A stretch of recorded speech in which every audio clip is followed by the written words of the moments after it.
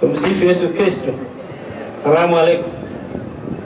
Ndugu mgeni rasmi, katibu wa mkoa, ndugu meza kuu, wafiwa wote tulioko hapa, nami nichukue nafasi hii kwanza kutoa pole sana kwa wazazi, lakini kwa sisi sote wanachama wa Chama cha Mapinduzi wa wilaya ya Mbeya mjini. Tumepata masikitiko makubwa sana kutokea kwa msiba huu. Sisi tulipokuwa tunamuona pale, tulikuwa tunaona hali yake inaendelea kuimarika kila siku. Na niwapongeze madaktari, wamepambana sana wakiongozwa na mkurugenzi wa hospitali ya Rufaa Dr. Mbazi. Lakini Mungu amependa iwe hivi. Sisi kama Chama cha Mapinduzi wilaya ya Mbeya mjini tumesikitishwa sana na jambo hili. Lucia kama wengi walivyomsema hapa, lakini sisi tulimjua Lucia kwenye uchaguzi wa serikali za mitaa. Hapa amezungumzwa mengi. Tulianza kumuona na kumfahamu vizuri kwenye uchaguzi wa mwaka jana serikali za mitaa, namna ambavyo amekuwa na misimamo yake kwenye vikao. Tukagundua huyu ni kiongozi na ni mtu ambaye habadiliki. Unajua kiongozi ni yule mtu ambaye akisema A inakuwa A, akisema B ni B. Lucia alikuwa na hiyo.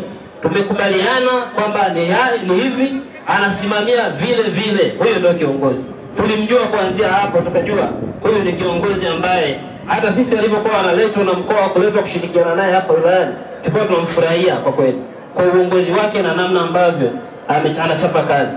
Hata kile ule msemo ambao unasema siku za mwanadamu za kuishi ni chache, nazo zimejaa taabu nyingi. Kwa kweli ni kweli, lakini ni ngumu sana kumeza kwa namna ambavyo Lucia tulimpenda, tulifanya naye kazi na tulikuwa na matarajio makubwa katika mkoa wetu wa Mbeya. Ndugu zangu, nimesimama hapa kutoa salamu za wilaya ya Mbeya mjini, na salamu za mbunge zimetolewa hapa Dr. Tulia. Nami niongezee tukao mwenyekiti wake kwamba alifanya kazi kubwa. Alikuwa karibu na mgonjwa huyu Lucia kuanzia akiwa kule hospitali, kuanzia ajali ilipotokea, lakini amekuwa akipiga simu kuulizia hali yake hata alipokuwa nje ya mkoa huu wa Mbeya.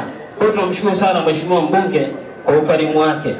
Mwisho kabisa, sio kwa umuhimu, sisi kama wilaya ya Mbeya mjini tutatoa bahasha yetu, lakini hapa nimesimama pia kuwakilisha wenye viti wangu wote, wenye viti wenzangu wote wa wilaya zote.